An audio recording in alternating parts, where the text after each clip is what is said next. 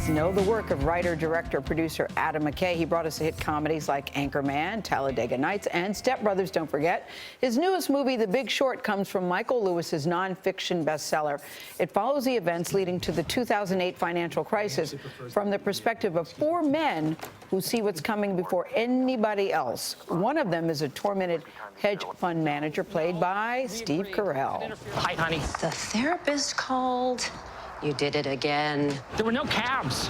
What was I supposed to do? You're running around like you have to right every wrong in the world. Okay. How angry. Fine. You know what? I'm a mean guy, and I'm pissed off. You have no idea the kind of crap people are pulling, and everyone's walking around like they're in a damn Enya video. They're all getting screwed, you know. You know what they care about? They care about the ball game. Or they care about what actress just went into rehab. I think you should try medication. No, we agreed if it interfered with work. You hate Wall Street, but maybe it's time to quit. I love my job. You hate your job. I love my job. The Big Short picked up the top film award from the Producers Guild of America last Saturday night, and now it's up for 5 Oscars, as you know, including Best Director nomination for Adam McKay. Hey, Adam McKay, who joins us at the table. Congratulations on the PGA Award Saturday. Thank you. That's got to feel really nice. But let's talk about this movie, because it's billed as a comedy, and I thought, how could this be comedic? It's very serious issues. You know, we've always kind of called it a traumedy. Like, I think it's tragic and comedic. Yeah, I think there's some comedic elements to it. Yeah. It's also about groupthink, too, isn't it? Yes. Everybody has one idea. The housing market can never go down. And that was the scariest moment, to realize that all these professionals, all these people that are mathematicians, that are leaders, including all of us. I'm a member of the media as well. You know, I make movies. We all completely missed this. And there was this sense that America could do no wrong. And I really think kind of the center of the movie is, why did we miss this? What was wrong with our popular consensual culture that we all missed this? You pitched yourself for this movie. Why? You know, it's just simply, I read the book and the story. I read it in one night, and I just thought, I have not read anything like this, where the characters are so compelling. It's about everything that's happening now. We're living in very strange, original times right now, and this book really brought all of that together, and it was informative. Wasn't it personal for you, too? I did. I had a close relative who lost their house during the collapse. I had a bunch of friends who lost their jobs. I knew it was a housing bubble. I knew there were issues with the banks. There wasn't enough oversight.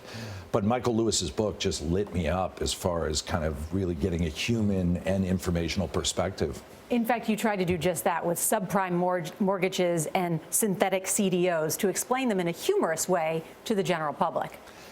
Yeah, well, that was kind of the big idea was, you know, I was an English major in college. I didn't study this stuff. And I wanted to make sure when we communicated to the public that there was, you know, a sense of humor to it.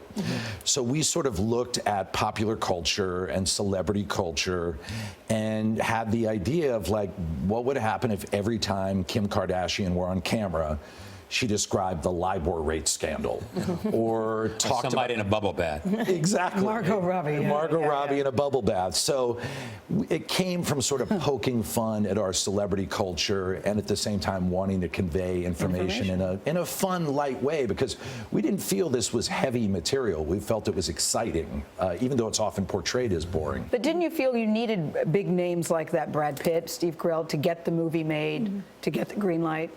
Absolutely. I mean, I think that always helps. I mean, the best thing about these actors, they're not just big names, they're great actors. Like, you couldn't just have big names in the movie. You had to have people that could transform into these characters. Now, did Brad produce this? Did he own the rights to Michael's book? Yes. Yeah, he was a producer. So when he read the script, he read it, and he was just reading it as a producer.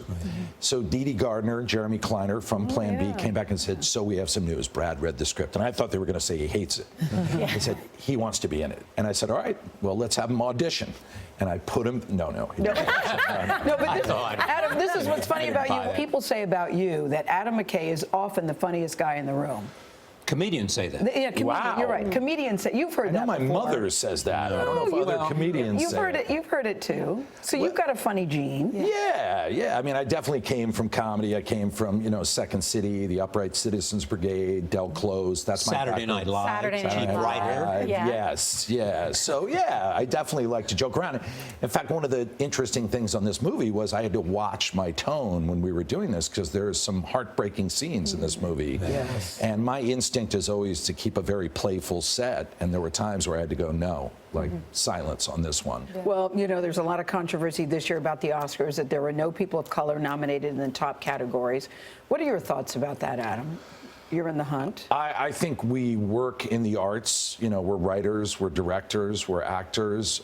We should welcome these kinds of debates, and I think it's a valid point. I was sad to see some really talented people not recognized. If our group of people, filmmakers, can't embrace this kind of debate, I think it's sad. I was very happy to see the Academy make some really systemic changes that I think will help in the future with it. But yeah, I 100% support all the debate, all the protests about it. At the same time, we've made movies that are protesting other issues. Obviously, our movie with the banking collapse disproportionately affected African Americans around the country. So it's a bit of a tricky line, and Spotlight obviously is going for a very big target. So end of the day, though, completely supported, and I agree. I think there's a diversity issue right now in Hollywood, but I do have faith in our system that will fix it. And the question is, when will they get it done? Yeah. How? Yeah, that is the question. I mean, if I become an Academy member, which I'm not right now, I certainly will be conscious of my voting patterns. Congratulations. Thank you so much, It's a and thank you big guys for learning- having me here. It's a big learning lesson, that movie. Very well done. I appreciate it. The Big Short is still in theaters nationwide.